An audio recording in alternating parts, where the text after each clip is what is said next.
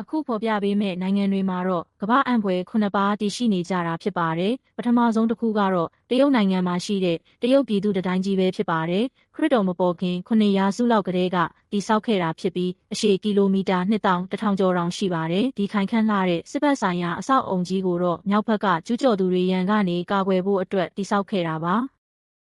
တချို့ကတော့ဒီတိုင်းကြီးကိုအင်္ဂါကြိုပေါ်ကနေတောင်လှမ်းမြင်ရတယ်လို့ပြောကြပေမဲ့အမှန်အတိုင်းပြောရရင်ကျွန်တော်ကတော့ဘာမှမမြင်ရပါဘူးဒုတိယတစ်ခုကတော့အီတလီနိုင်ငံမှာရှိတဲ့ကိုလိုစီယမ်အားကစားကွင်းကြီးပါပဲ AD 80ခုနှစ်ဝန်းကျင်မှာတည်ဆောက်ခဲ့တာဖြစ်ပြီးပရိသတ်9000လောက်အထိစက်တဲ့ဒီကွင်းကြီးထဲမှာရောမခေတ်ကတပ်ပုတ်ပွဲတွေတားရဲဒရိစံတွေအမဲလိုက်ပွဲတွေနဲ့တခြားပွဲလမ်းသဘင်တွေကိုကျင်းပခဲ့ကြတာဖြစ်ပါတယ်တတိယကတော့ဘရာဇီးနိုင်ငံမှာရှိတဲ့ Crest 30မှာပဲဖြစ်ပါတယ်အောက်ခြေပလင်ကိုမပါဘဲအမြင့်30မီတာရှိတဲ့ဒီရုပ်ပွားတော်ကြီးကကော်ကိုဗာရိုတောင်ပေါ်မှာတည်ရှိပြီးဘရာဇီးနိုင်ငံနဲ့ခရစ်ယာန်ဘာသာတရားရဲ့အမှတ်အသားတစ်ခုအဖြစ်တည်ရှိနေတာပါစတုထမြောက်ကတော့ဂျော်ဒန်နိုင်ငံကရှေးဟောင်းမြို့တော်ပီထရာပဲဖြစ်ပါတယ်ခရစ်တော်မပေါ်ခင်900ရာစုလောက်ကတည်းကတည်ဆောက်ခဲ့တာဖြစ်ပြီးတဲကြောက်တောင်ကမ်းပါးရံတွေကိုထွင်းထုပြီးဖန်တီးခဲ့ကြတာပါဒီမြို့ရဲ့အထင်ရှားဆုံးအဆောက်အအုံကတော့အခက်နေလို့ခေါ်တဲ့နန်းတော်ကြီးပဲဖြစ်ပါတယ်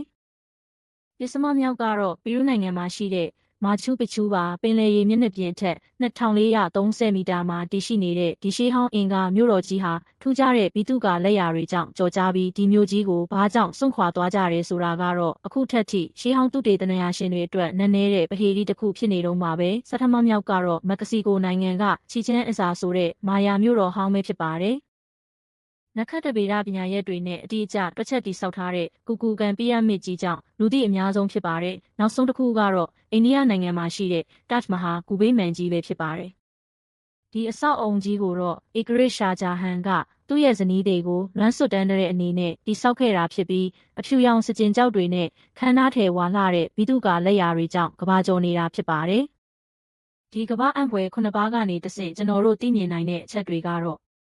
လူသားတွေရဲ့မစုံမနစ်တဲ့ဇွဲလုံးလားနဲ့အမခန်အင်ဂျင်နီယာပညာရက်တွေဟာဘလောက်တောင်စွမ်းအားကြီးမားတယ်ဆိုတာကိုဒီအဆောက်အုံတွေကသက်သေပြနေပါတယ်။နိုင်ငံတစ်ခုချင်းစီရဲ့ယဉ်ကျေးမှုဘာသာရေးနဲ့သမိုင်းကြောင်းဆိုင်ရာအမှတ်အသားတွေဟာသူတို့ရဲ့အမှုပညာလက်ရာတွေထဲမှာနက်နက်ရှိုင်းရှိုင်းကိန်းအောင်နေတာကိုတွေ့ရမှာပါ။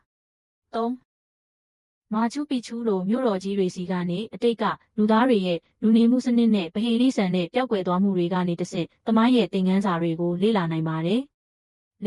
တာဂျ်မဟာလိုအဆောက်အအုံမျိုးကတော့ချစ်ချင်းမြတ်တာရဲ့အင်အားဟာခေတ်အဆက်ဆက်တည်တဲ့နေနိုင်တဲ့အမှုပညာလက်ရာတစ်ခုအဖြစ်ပြောင်းလဲသွားနိုင်တယ်ဆိုတာကိုဖော်ပြနေတာပဲဖြစ်ပါတယ်။